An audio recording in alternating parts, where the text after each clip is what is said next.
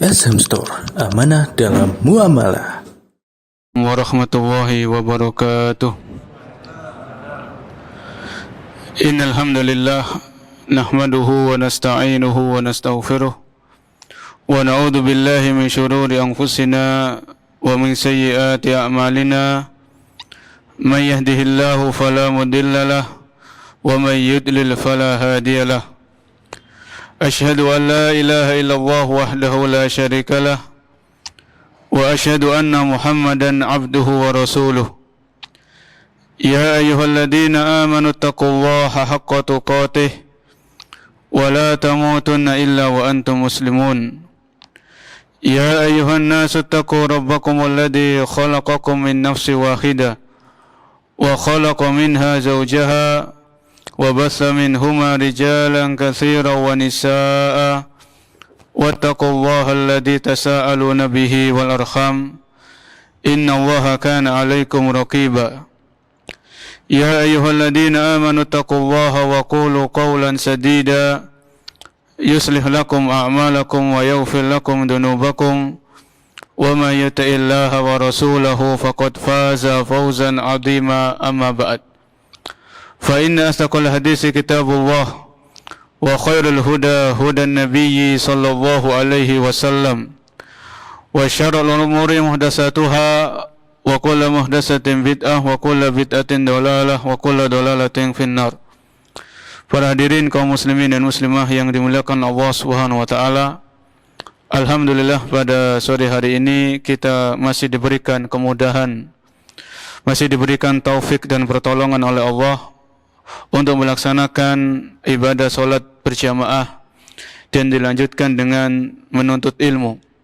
Semoga Allah Subhanahu wa taala menerima amal ibadah yang kita lakukan dan menganugerahkan kepada kita ilmu yang bermanfaat dan menjauhkan kita dari ilmu yang tidak bermanfaat. Kembali kita melanjutkan pembahasan dari kitab Matan Abi Syuja rahimahullahu taala, yaitu sebuah kitab yang membahas tentang fikih dalam madhab al-Imam Asy-Syafi'i rahimahullahu ta'ala.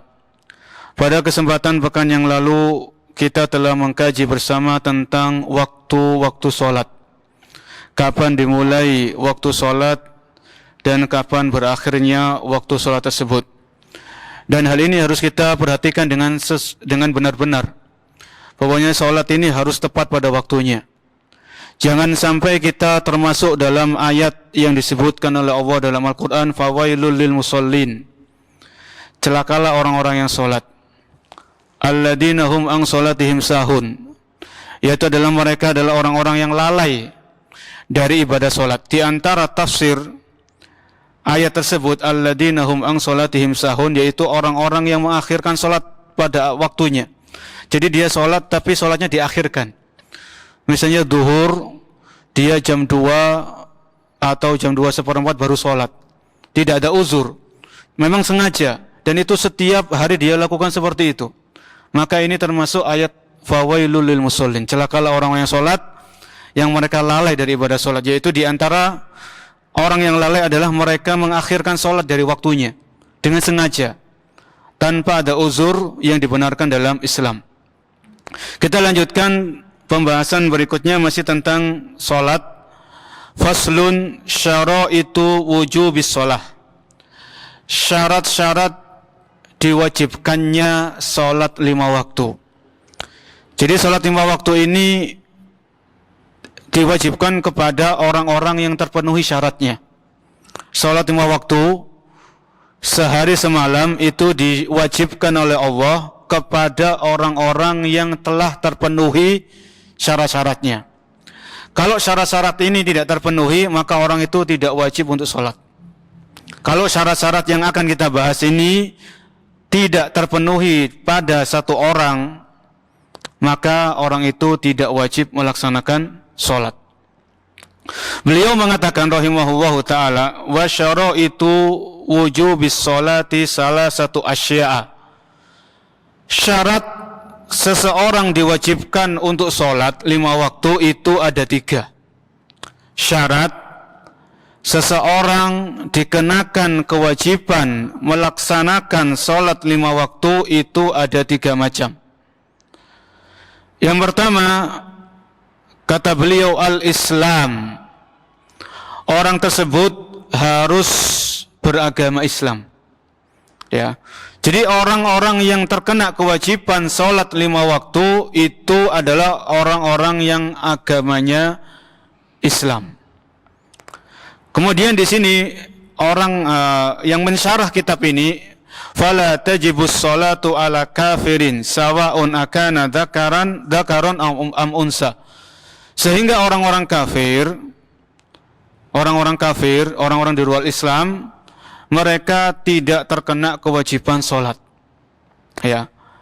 Idza sholal kafiru fa sholatuhu batilatun. Kalau ada orang kafir, dia sholat, niru-niru orang Islam, dia sholat, tapi dia belum mengucapkan syahadat.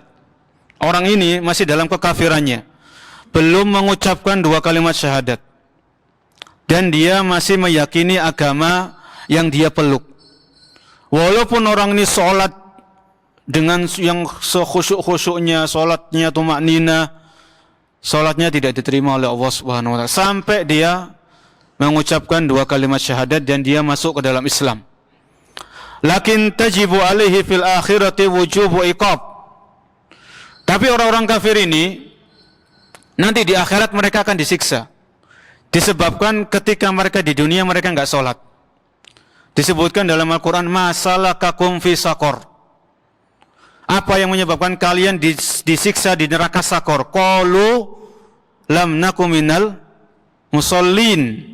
Mereka mengatakan dulu kami bukan termasuk orang-orang yang mengerjakan sholat. Ya. Jadi orang kafir ini, mereka memang tidak terkena kewajiban sholat sampai mereka masuk Islam. Tapi nanti di akhirat, mereka akan disiksa, diazab oleh Allah disebabkan karena mereka meninggalkan sholat. Karena mereka tidak mau beriman. Sebagaimana dalam ayat tadi, nanti dicek ya. Masalakakum fi saqar. Apa yang menyebabkan kalian dijebloskan ke dalam neraka Sakor? Qalu lam nakum minal musallin. Mereka menjawab, kami bukan termasuk orang-orang yang mengerjakan sholat. Jadi ini syarat yang pertama. Di antara syarat-syarat seseorang terkena kewajiban sholat 5 waktu dalam sehari semalam, harus beragama Islam. Ya. Faidah al-murtaddu yutalabu bis shalah idza ada ilal Islam. Amal kafirul asliyu fa innal Islam yajubbu ma qablahu. Kalau ada orang murtad, dia Islam, awalnya Islam, Muslim, atau kalau perempuan Muslimah, kemudian dia murtad beberapa pekan, kemudian dia dapat hidayah lagi masuk Islam, maka orang ini, kata pensyarah, dia harus mengqadha sholatnya. Dia harus mengqadha sholat ketika dia murtad itu berapa hari, berapa lama, kemudian dia ulangi. Ya, ini harus diperhatikan. Jangan sampai seorang muslim itu keluar dari agamanya. Wala tamutunna illa wa antum muslimun. Dan janganlah kalian sekali-kali kalian mati kecuali dalam keadaan Islam. Ya, mati dalam keadaan memeluk agama Islam. Ini syarat yang pertama. Kemudian yang kedua, kata penulis rahimahullahu ta'ala, wal bulughu. Syarat yang kedua, seseorang itu wajib melaksanakan sholat 5 waktu adalah ketika orang itu sudah balik. Maka di sini pensyarah mengatakan fa ghairul balighi laisa mukallafan bis shalah. Maka orang-orang atau anak-anak yang belum balik, mereka tidak diwajibkan untuk sholat 5 waktu. Mereka tidak diwajibkan untuk sholat 5 waktu karena belum balik. Maka tanda-tanda seseorang itu balik itu bagaimana? Di sini pensyarah ini mencantumkan seseorang itu dikatakan balik, di antaranya inzalul mani, ketika dia sudah mengeluarkan air mani. Ya, baik laki-laki ataupun perempuan. Maka ini disampaikan kepada putra-putri kita. khususnya mereka yang tidak sekolah di sekolah Islam ya, sekolah umum, sekolah negeri misalnya, bisa jadi nggak diajarkan di sekolahnya. Jadi kita punya anak, laki-laki ataupun perempuan, maka lihat, tanyakan kepada anak kita. Kalau mereka sudah keluar, mohon maaf, mengeluarkan air mani, baik dalam keadaan sadar, ataupun dalam keadaan tidur, bangun tidur, kalau kita sudah paham tentang ciri-ciri air mani itu bagaimana, maka mereka terkena kewajiban sholat. Seketika itu juga. Kalau perempuan, dia sudah balik, maka dia wajib menutup aurat secara sempurna. Ya, sesuai dengan kriteria di dalam Islam bagaimana menutup aurat bagi wanita muslimah itu ada penjelasannya dari para ahli ilmu. Ya. Kemudian di antara tanda-tanda seseorang itu balik, nuzulu damil haid, keluarnya darah haid. Keluarnya darah haid. Ini khusus wanita. Tentunya ini khusus wanita. Maka bagi ibu-ibu, bagi wanita muslimah, kalau putrinya sudah haid, maka sampaikan kepada mereka kewajiban sholat 5 waktu. Sampaikan kepada mereka kewajiban menutup aurat secara sempurna di saat keluar rumah. Ya, ini kewajiban. Kemudian yang ketiga, di antara tanda-tanda seseorang itu dikatakan balik, yaitu 15 aman hijriyan. Ketika dia mencapai usia 15 tahun.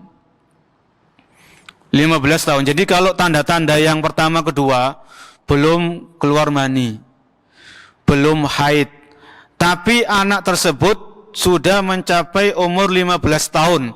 15 tahun di sini hitungannya tahun hijriyah. Jadi para jamaah, mungkin ada istrinya sedang hamil, atau ada putrinya yang sedang hamil, atau keponakannya, maka tolong ketika anak itu lahir dicatat tanggal lahirnya sama tahunnya dalam kalender hijriyah. Jangan dalam kalender Masehi saja. Memang dalam akte kelahiran itu kan yang dicantumkan kalender Masehi. Ini di negara kita seperti itu. Tapi jangan lupa mencatat tanggal kelahirannya dan tahun kelahirannya dalam kalender hijriyah. Misalnya sekarang 1443 hijriyah. Tanggal berapa Syawal, itu dicatat.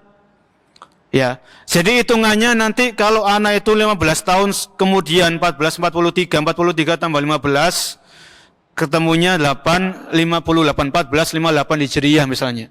Maka ini anak ini sudah balik. Ini menurut mazhab Syafi'i ya. Jadi kita pakai rata-rata umur 15 tahun, kalau belum haid, belum keluar mani, maka anggap saja anak ini sudah balik dan dia sudah diwajibkan untuk sholat 5 waktu dalam sehari semalam. Ini kata pensyarah. Di sini beliau menyebutkan faedah, ada sebuah faedah. Yajibu 'alal waliyyi an ya'mur as-sabiyyal mumayyiza bis-sholati li 7 sanawat wa darbuhu 'ala adami sholati idza balagha 10 sanawat. Disebutkan syarat yang kedua, di antara syarat-syarat diwajibkannya sholat adalah mencapai usia balik. Maka para orang tua, baik seorang ayah atau seorang ibu, hendaknya melatih atau memerintahkan putra-putrinya untuk melaksanakan sholat ketika mereka sudah berusia 7 tahun. Kemudian kalau sudah usianya 10 tahun, sholatnya kok belum lengkap, sholatnya mungkin maghrib tok, atau mungkin maghrib dan isya, subuh ngantuk, zuhur sekolah, asar pulang sekolah capek enggak sholat. Kalau sudah 10 tahun mereka sholatnya kok masih bolong-bolong, maka dikasih pelajaran, dipukul tapi dengan pukulan yang tidak menyakitkan. Nabi SAW bersabda, muru auladakum bis sholati wahum abna'u sab'i sinin. Perintahkan putra-putri kalian mengerjakan sholat ketika mereka sudah mencapai usia 7 tahun. Wadribuhum alaiha wahum abna'u ashar. Dan pukullah mereka ketika mereka sudah usia 10 tahun tapi kok belum sholat. Jadi memukul di sini memukul untuk pelajaran ya, memukul yang disertai kasih sayang, bukan memukul yang sifatnya itu membabi buta sampai menyakiti, menciderai, bukan seperti itu. Ya diingatkan. Ya karena ini tanggung jawab orang tua. Jadi tanggung jawab seorang bapak itu bukan hanya sekedar mencari nafkah, memberikan sandang, pangan, papan. Tapi tugas seorang bapak yang lebih berat, yang lebih penting diantaranya adalah menyelamatkan istri dan anaknya dari api neraka. Ya ayyuhalladzina amanu qu anfusakum wa ahlikum nara. Wahai orang-orang yang beriman, selamatkanlah diri kalian dan keluarga kalian dari siksa neraka. Maka dalam mengamalkannya tersebut, tentunya seorang ayah, seorang kepala keluarga, dia terkena mengingatkan, memerintahkan putra-putrinya untuk sholat. Ya ketika usia 7 tahun, maka latih untuk sholat. Ya, latih untuk sholat. Kalau anak laki-laki, biasakan ke masjid. Ya, supaya anak-anak kita itu akrab dengan masjid, betah untuk ibadah di masjid itu betah. Dilatih dari kecil. Memang sebagian saudara-saudara kita, kaum muslimin dan muslimah, ada di antara mereka yang mengajak anak mereka yang belum 7 tahun sudah diajak, 5 tahun, 4 tahun, 5 tahun, 5 tahun diajak. Ya ini boleh-boleh saja, sah-sah saja diajak dengan tetap memperhatikan ketenangan anak itu. Jadi ketika mengajak anak untuk sholat 5 waktu, sholat berjamaah atau ke majelis taklim, diperhatikan putra-putrinya, diawasi. Jangan dibiarkan begitu saja. Kalau dibiarkan mengganggu kekhusyuan orang lain, maka tentunya ini tidak dibenarkan dan tidak diperkenankan. Orang sholat itu mau khusyuk, orang sholat itu mau tenang. Ya bagaimana kalau ada seseorang teledor, lupa menjaga anaknya, lari ke sana kemari dan sebagainya, maka tentunya ini kurang baik. Ya, jadi kita perhatikan kalau kita ingin melatih anak-anak kita supaya akrab dengan masjid, betah di masjid, maka perhatikan. Kalau anak ini sekiranya diajak ke masjid, dia sudah bisa tenang, tidak lari ke sana kemari, tidak ketawa-ketawa dan sebagainya, maka ajak. Karena kita ingin para jamaah, seorang anak itu kalau diakrabkan dengan masjid, suka ke masjid, ya senang di masjid, ini nanti mereka termasuk orang-orang yang dinaungi oleh Allah di hari kiamat, yang tidak ada naungan kecuali naungan dari Allah. Kalau kita ingat hadis tadi, ada 7 golongan yang akan mendapatkan naungan, yang tidak ada naungan kecuali naungan dari Allah ketika matahari didekatkan di kepalanya manusia. Di antara golongan itu adalah warajulun qalbuhu mu'allaqun bil masajid. Orang yang hatinya itu akrab dengan masjid, cinta sama masjid, senang ibadah di masjid, rindu sama masjid. Ya, jadi orang yang hatinya terpaut dengan masjid, ini orang-orang yang insya Allah di hari kiamat akan mendapatkan naungan. Jadi kalau anak itu dimulai dilatih dari kecil, diajak ke masjid, ya senang sama masjid, betah di masjid, maka insya Allah nanti anak ini kalau remaja, kalau dewasa, hatinya itu akan terpaut sama masjid, rindu sama masjid, ya senang sholat berjamaah, itu senang para jamaah. Kemudian anak itu kalau dia dilatih dari kecil untuk datang ke masjid, beribadah di masjid, maka mudah-mudahan anak ini termasuk orang-orang yang mendapatkan naungan. Karena di antara orang-orang yang mendapatkan naungan itu apa? Wasyabun nasya'a fi ibadatillah. Dan anak-anak muda yang mereka tumbuh di atas ketaatan kepada Allah Subhanahu wa taala. Ini anak-anak muda. Jadi kalau anak itu usia 6 tahun, 7 tahun dilatih ke masjid, ya. Kalau anak itu laki-laki diajak sama bapaknya ke masjid, ya, diajak 5 kali sehari, itu luar biasa. Mudah-mudahan anak ini nanti kalau sudah balik, sudah remaja, sudah dewasa, termasuk anak-anak muda yang tumbuh di atas ketaatan kepada Allah Subhanahu wa taala. Wasyabun nasya'a fi ibadatillah. Ya. Ini harus kita perhatikan. Generasi muda ini generasi penerus kita. Ya. Kita cepat atau lambat akan kembali kepada Allah Subhanahu wa taala. Anak-anak muda ini akan meneruskan perjuangan kita. Ya. Ini syarat yang kedua. Di antara syarat-syarat diwajibkannya sholat 5 waktu, yaitu sudah mencapai usia balik. Mungkin ada yang bertanya, kalau ada seorang anak, dia belum balik, tapi dia sholatnya rajin 5 waktu misalnya, apakah anak ini mendapatkan pahala, padahal dia belum balik, dan dia belum diwajibkan sholat? Ataukah orang tuanya yang mendapatkan pahala, karena orang tuanya memerintahkan, orang tuanya yang memotivasi, orang tuanya yang menyemangati misalnya?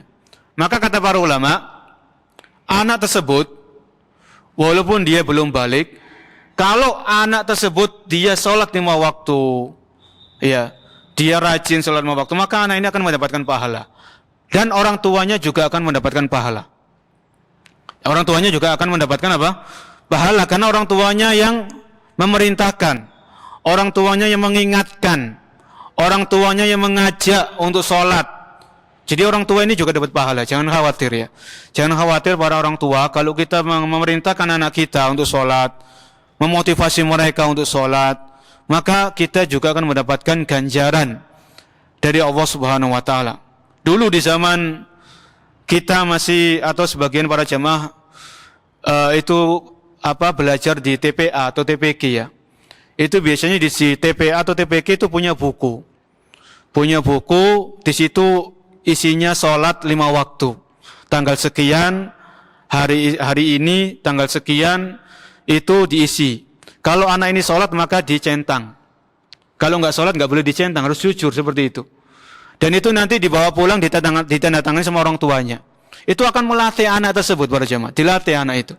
Ya, jadi di beberapa dulu ya, mungkin sampai sekarang juga, itu di lembaga-lembaga TPA atau TPQ itu menyediakan buku. Ya, isinya sholat 5 waktu, kemudian tanggalnya berapa, hari apa. Kalau anak itu sholatnya full 5 kali, maka ditandatangani sama orang tuanya. Orang tuanya jadi ikut mengawasi anaknya. Bukan hanya guru TPA-nya saja atau guru TPQ-nya saja, tapi orang tua juga ikut andil dalam mengawasi putra-putrinya, supaya mereka menjadi generasi yang menjaga dan mendirikan sholat 5 waktu. Ini yang kedua. Kemudian penulis rahimahullah mengatakan wal aqlu, yang ketiga adalah orang yang berakal. Ya, orang yang akalnya masih sehat, akalnya masih waras. Ya. Di sini pensyarah mengatakan wa huwa manatut taklif fala tajibu 'alal majnuni aw faqidul hawasi allati taj'aluhu la yaqdiru 'ala tahammulit takalif. Syarat yang ketiga ini orangnya harus berakal. Sehingga orang-orang yang, mohon maaf, dia orangnya gila atau akalnya enggak waras, akalnya enggak berfungsi dengan baik, maka orang-orang seperti ini mereka tidak terkena kewajiban sholat sampai orang itu sembuh. Misalnya orang gila, dia terkena penyakit tersebut, maka dia tidak wajib sholat sampai orang ini sembuh dari penyakit gilanya, kemudian dia kembali menjadi orang yang waras, maka dia dibebankan atau diperintahkan untuk melaksanakan ibadah sholat 5 waktu. Dari 3 syarat ini, dalilnya mana 3 syarat ini? Bahwasanya syarat seseorang diwajibkan sholat itu ada 3. Dalilnya adalah sabda Nabi SAW. Beliau bersabda, rufi'al qalamu an salasatin. Pena itu diangkat dari 3 golongan. Maksudnya pena ini pena pahala dan dosa. Jadi seseorang itu tidak dihitung pahala dan dosa dari 3 golongan ini. Yang pertama, anin naimi hatta yastaiqidho. Orang yang tidur sampai dia bangun. Ya, orang yang tidur sampai dia bangun. Wa anis sobiyyi hatta yahtalim. Dan dari anak kecil sampai dia balik. wa anil majnuni hatta yaqil, dan dari orang gila sampai dia berakal. Rawahu ashabus sunan. Ini diriwayatkan dari imam-imam ahlul hadis. Ini diantara dalil tentang syarat-syarat seseorang itu terkena kewajiban sholat 5 waktu, yaitu beragama Islam, kemudian sudah balik dan sudah berakal. Dalam artian akalnya itu sehat walafiat, ya, bukan orang yang gila. Kemudian diantara yang ditambahkan juga di sini, annaqa'u minal haidi wan nifas. Bagi perempuan, maka wanita ini, wanita muslimah diwajibkan sholat ketika dia bersih dari haid dan nifas. Ya, jadi ketika wanita itu haid dan nifas, maka dia tidak terkena kewajiban sholat. Bahkan dia diharamkan untuk sholat. Ya, ini berkaitan tentang syarat-syarat wajibnya seseorang itu mengerjakan sholat. Jadi mulai usia balik, seseorang itu terkena kewajiban sholat sampai dia meninggal dunia.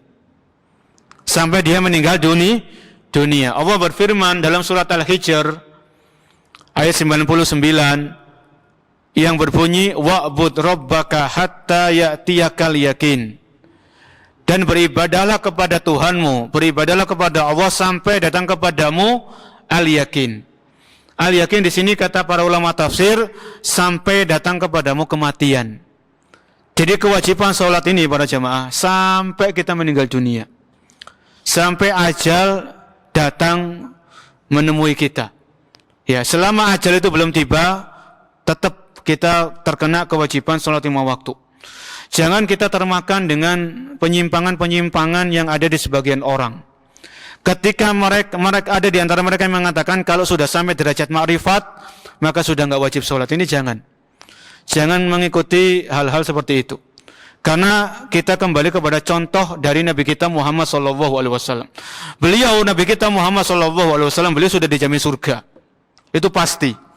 Dan beliau tetap sholat sampai beliau wafat. Sampai beliau meninggal dunia, beliau terus sholat.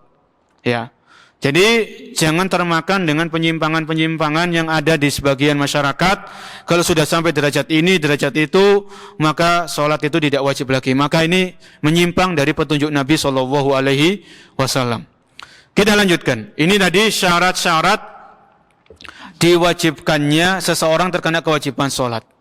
Jadi ada syarat-syarat orang itu terkena kewajiban sholat, nanti juga ada syarat-syarat sahnya sholat. Jadi harus dibedakan.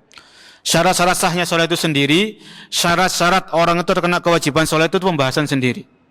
Kita lanjutkan sesuai dengan pembahasan yang disampaikan oleh penulis, yaitu Al-Imam Abu Syuja' rahimahullahu ta'ala. Beliau mengatakan, qala al-musannifu was-shalawatul masnunatu khamsun. Dan sholat-sholat sunnah itu ada 5. Ini masuk kepada pembahasan baru atau judul baru. Sholat-sholat sunnah itu diantaranya ada 5 macam. Ya, ini yang disebutkan oleh beliau. Sholat-sholat sunnah itu ada 5 macam. Beliau mengatakan al-idan. Yang pertama adalah sholat 2 hari raya, yaitu sholat Idul Fitri tanggal 1 Syawal dan sholat Idul Adha tanggal berapa? 10 Muharram. Apa 10 Rajab? 10 Dzulhijjah. Jadi jangan lupa. Jadi patokan kita itu kalender Hijriyah. Idul Fitri itu pasti 1 Syawal, enggak mungkin 2 Syawal, enggak mungkin. Selama-lamanya sampai hari kiamat enggak mungkin 2 Syawal. Ya, salat hari raya Idul Adha itu pasti tanggal 10 Dzulhijjah. Enggak mungkin 11 Dzulhijjah, enggak mungkin. Itu selama-lamanya seperti itu. Ya. Ini salat 2 hari raya, ini salat menurut mazhab Syafi'i ini hukumnya sunnah. Ya, walaupun dalam mazhab yang lain ada yang mengatakan salat 2 hari raya hukumnya adalah sunnah yang ditekankan atau mendekati wajib. Mendekati hukumnya wajib. Kemudian di antara salat-salat yang hukumnya itu sunnah atau dianjurkan adalah wal kusufan, yaitu sholat dua gerhana. Sholat gerhana matahari dan sholat gerhana bulan. Ini hukumnya disunnahkan atau dianjurkan. Ya, jadi kalau ada momen gerhana itu jangan hanya menikmati kegerhananya saja, tapi di situ ada ibadah yang dicontohkan oleh Rasul Shallallahu Alaihi Wasallam, yaitu mengerjakan sholat 2 rakaat. Tata caranya nanti insya Allah mungkin ada pembahasan tersendiri tentang tata cara sholat gerhana. Ya, ini hukumnya sunnah. Kalau bisa kita kerjakan, kita kerjakan. Ya, minimal seumur hidup sekali lah. Ya, kalau bisa sering kita kerjakan, alhamdulillah. Kemudian yang ketiga, kata beliau wal istisqa, dan salat istisqa. Maksudnya istisqa itu salat sunnah yang dikerjakan untuk meminta turunnya hujan, memohon kepada Allah agar diturunkan hujan. Ini dikerjakan ketika musim kemarau itu berkepanjangan, musim paceklik, ya. Jadi air hujan itu sudah lama nggak turun, sawah-sawah itu kering, tanaman-tanaman itu kering, hewan-hewan butuh minuman, sumur itu kering. Maka di sini seorang pemimpin mengajak rakyatnya untuk mengerjakan sholat istisqa, ya, meminta kepada Allah agar diturunkan hujan, ya, sehingga paceklik kemarau itu bisa terselesaikan. Kemudian beliau mengatakan was-sunanut tabi'atu lil faraidi sab'a asyrata rak'atan. Dan salat-salat sunnah yang mengiringi salat fardu itu ada 17 rakaat. Ini penulis mulai beralih. Kalau tadi salat-salat sunnah secara umum tidak ada kaitannya dengan salat wajib, seperti sholat 2 hari raya, sholat gerhana, sholat minta hujan, ini nggak ada kaitannya sama sekali dengan ibadah sholat wajib. Adapun saat ini was-sunnatu tabi'atu lil faraid sab'a asyrata rak'ah. Adapun sholat-sholat sunnah yang mengiringi sholat fardu itu ada 17 rakaat. Ini kata penulis, ya, kata Al-Imam Abu Syuja. Kita hitung 17 ini rinciannya apa saja. Ya, rinciannya satu persatu itu apa? Kok sampai 17 rakaat? Beliau mengatakan, rakaatal fajri, 2 rakaat sebelum subuh. 2 rakaat sebelum subuh. Ini diantara sholat-sholat sunnah yang mengiringi sholat fardu. 2 rakaat sebelum subuh. Disebutkan dalam hadis, rakaatal fajri khairun minad dunya wa ma fiha. 2 rakaat sebelum subuh itu lebih baik dari dunia dan seisinya. Ini 2 rakaat sebelum subuh, seperti itu pahalanya. Bagaimana kalau 2 rakaat subuh itu sendiri? Maka pahalanya jauh lebih besar, keutamanya jauh lebih banyak. Kalau sholat sunnahnya saja 2 rakaat sebelum subuh, itu Nabi bersabda 2 rakaat sebelum subuh itu lebih baik dari dunia dan seisinya. Dunia dan seisinya itu kan ada harta, ada emas, ada kedudukan, ada jabatan, ada mobil mewah, ada rumah mewah. Itu semuanya kalah dengan 2 rakaat sebelum subuh. Kalah semuanya. 2 rakaat sebelum subuh lebih afdol, lebih istimewa di hadapan Allah daripada dunia dan seisinya, apapun macamnya. Maka jangan sampai ketinggalan 2 rakaat sebelum subuh ini. Jangan sampai ketinggalan. Kalau ketinggalan bagaimana? Bisa diqadha.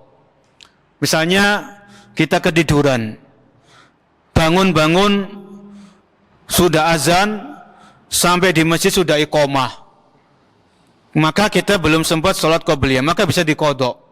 Diqadha di sini bisa selesai sholat subuh, atau nunggu matahari terbit agak tinggi, kita qadha sholat qabliyah subuh, itu bisa.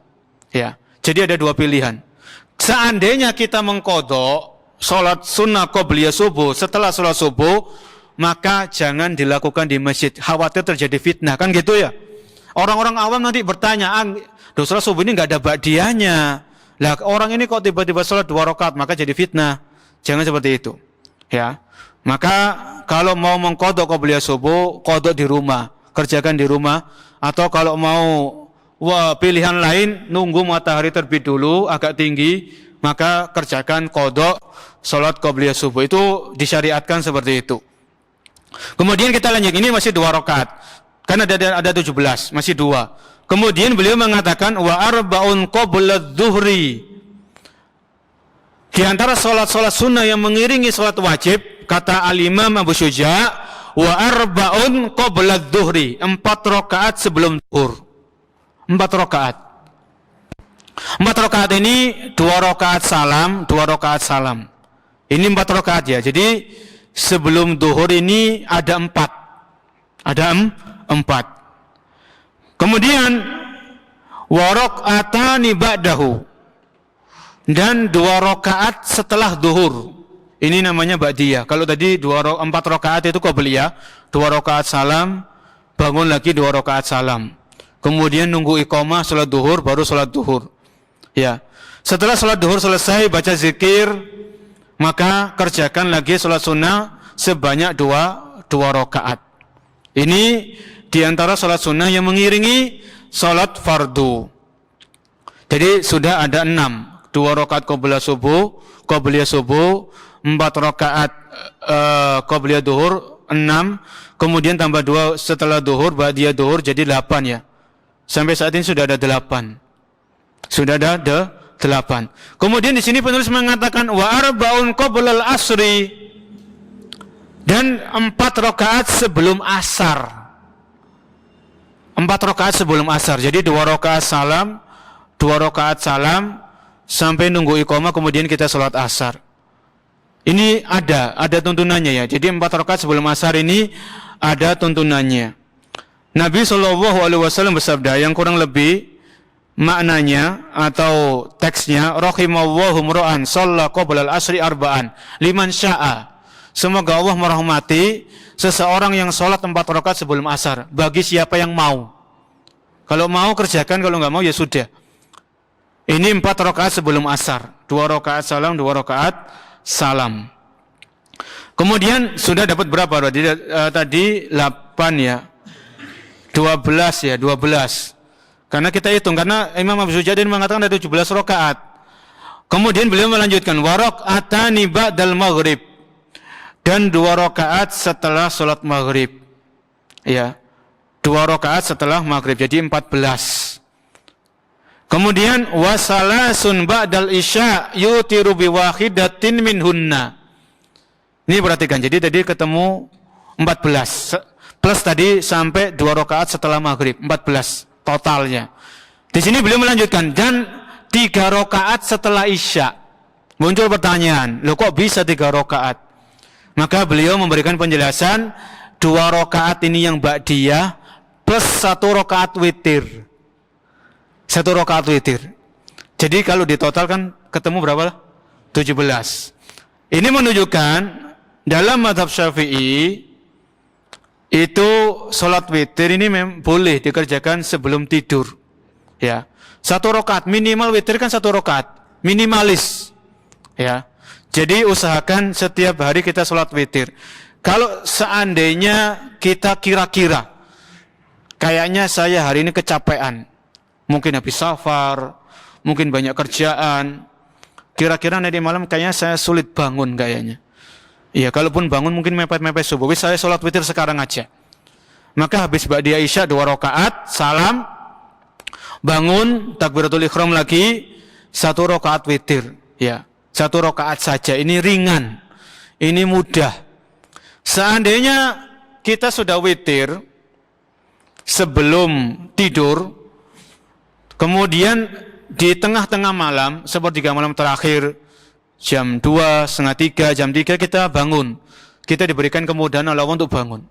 Maka kita sholat lagi, 2 rakaat, ini sholat tahajud atau sholat malam, tanpa mengulangi witir kedua kalinya. Cukup witir yang sebelum tidur tadi.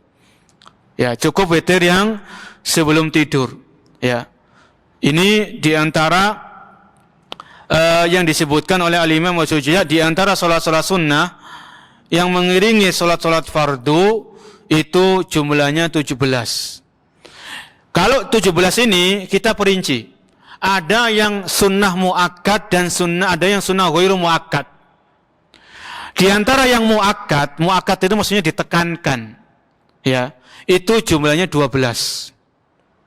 Jumlahnya apa? 12. Ini disebutkan dalam hadis Ummu Habibah radhiyallahu anha. Yang di mana 12 ini kenapa kok dikatakan muakkad? Karena kalau orang itu menjaga 12 ini nanti dia akan dibangunkan rumah di surga. Ya. Jadi jangan bersedih kalau di dunia ini kita nggak sempat beli rumah atau belum mampu beli rumah. Rumah kita ngontrak sampai kita mati ngontrak nggak masalah. Yang penting di surga kita punya rumah. Ya. Ini keutamaan kalau orang itu punya iman. Di antara 12 itu yang disebutkan dalam hadis Ummu Habibah, 2 rakaat sebelum subuh. Ini 2. 4 rakaat sebelum duhur. Jadi 6. 2 rakaat setelah duhur jadi 8. 2 rakaat setelah maghrib dan 2 rakaat setelah isya. Total 12. 12 ini kalau kita rutinkan di saat kita mukim, maka insya Allah jaminannya rumah di surga. Jaminannya sebagaimana sabda Nabi alaihi salatu wassalam. Kalau sedang mukim, kalau safar bagaimana? Safar boleh ditinggalkan. Kalau lagi safar, ya. Jadi kalau mukim jaga, usahakan dijaga. 12 rakaat ini kalau mungkin ada uzur ya sehari 2 hari ditinggalkan, tapi jangan kebiasaan meninggalkan. Walaupun sunnah ya. Karena tentunya semuanya kita pengen rumah di surga. Walaupun di dunia kita sudah punya rumah, bahkan lebih dari 1 rumah, tapi jangan sampai di surga nanti kita nggak dapat rumah. Harus kita punya keinginan, punya tekad, punya kemauan, punya semangat. Bagaimana caranya nanti bisa kita memiliki rumah di surga dengan cara menjaga 12 rakaat tadi. Ya. Adapun yang sebelum asar 4 rakaat itu terkadang kerjakan, terkadang tinggalkan nggak masalah. Ya. Kalau lagi semangat, lagi libur kerja, misalnya weekend, Sabtu Ahad, kerjakan 4 rakaat sebelum asar silakan. Ya. Tapi kalau misalnya sibuk, mungkin lagi ada kerjaan numpuk, maka 4 rakaat sebelum asar ini bisa ditinggalkan. Ya. Terus bagaimana dengan 2 rakaat sebelum maghrib dan 2 rakaat sebelum isya? Ya. Ini boleh dikerjakan karena ada hadis yang umum. Hadis yang umum yang kurang lebih maknanya bainal adzanaini salatun. Antara 2 azan itu ada salat. Maksudnya azan yang pertama itu azan, yang kedua maksudnya adalah iqamah. Ya. Jadi jangan kita kaget kalau ada seorang orang itu salat qabliyah isya. Ini memang dia berdalil dengan hadis yang umum. Ya, bahwasanya antara 2 azan itu ada ibadah salat. Ya. Oh, salat isya. Baik, kita mendengarkan azan dulu ya. Mohon maaf karena enggak bunyi titik tadi. Oh, rusak. Baik, kita dengarkan azan dulu karena memang sudah selesai pembahasan salat-salat sunnah di sini ya. Wallahu a'lam bishawab.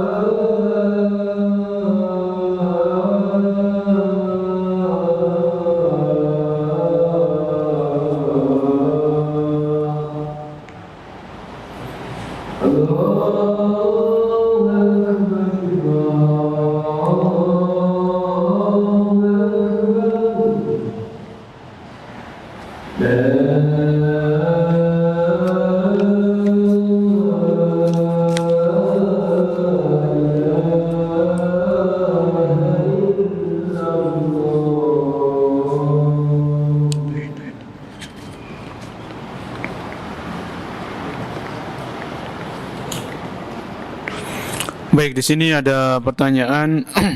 Bila orang tua itu sakit stroke dan sudah parah kondisinya pun setengah sadar, setengah tidak sadar, kemudian hidupnya hanya bisa rebahan atau berbaring, berbicara pun tidak bisa sampai ajalnya tiba.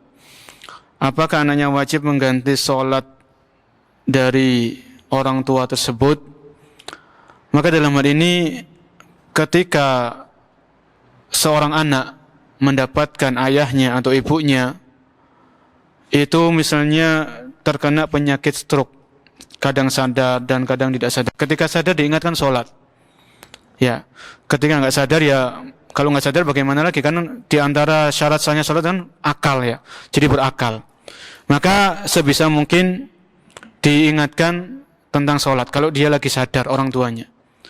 Seandainya nggak bisa kecuali dengan rebahannya, maka sholat dengan berbaring sebisanya, ya, sebisa mungkin. Kemudian sampai orang tua ini sampai dalam keadaan tersebut, dia meninggalkan sholat sampai ajalnya tiba, apakah anaknya wajib menggantikan sholat orang tuanya? Maka jawabannya tidak, ya, karena sholat ini tidak, sejauh yang kami ketahui tidak ada dalil seorang anak itu menggantikan sholat dari orang tuanya.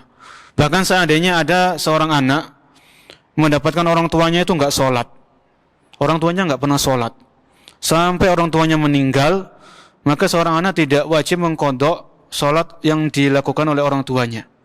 Ya, bagaimana caranya? Tetap seorang anak di sini tidak wajib mengqadha sholat yang dibebankan kepada orang tuanya. Yang hanya bisa dilakukan seorang anak adalah mendoakan ampunan bagi orang tuanya. Ya, doakan saja. Doakan, terus kita doakan setiap selesai sholat, atau ketika sujud, ketika tahiyat akhir sebelum salam, doakan. Atau bisa sedekah atas nama orang tua kita, bisa.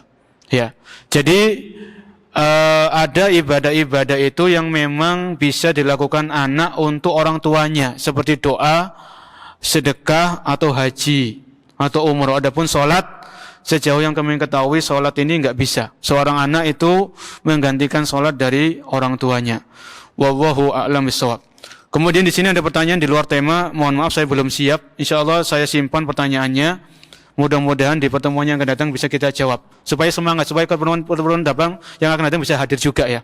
Jadi mohon maaf untuk pertanyaan di sini mungkin dari apabila keponakan kita mempunyai anak dan seterusnya, ini insya Allah kita bahas di pertemuan berikutnya. Mungkin ini yang bisa sampaikan. Insya Allah di pertemuan yang akan datang kita akan membahas sholat-sholat sunnah yang lain. Jadi masih ada bagian kedua. Sholat-sholat sunnah yang disebutkan oleh Al-Imam Asy-Syuja dalam pertemuan hari ini, itu masih bagian pertama. Di pertemuan yang berikutnya kita akan membahas sholat-sholat sunnah yang lain di bagian yang kedua. Dan kita akan tambahkan manfaat-manfaat sholat sunnah itu apa. Dan akan kita tambahkan sholat tasbih itu ada atau tidak. Sholat tasbih itu ada atau tidak. Sholat taubat itu ada atau tidak. Insya Allah kita bahas di pertemuan yang akan datang. Wallahu alam, kurang lebihnya saya mohon maaf. Kita akhiri subhanakallah wa bihamdika asyhadu an la ilaha illa anta astaghfiruka wa atubu ilaik. Assalamualaikum warahmatullahi wabarakatuh.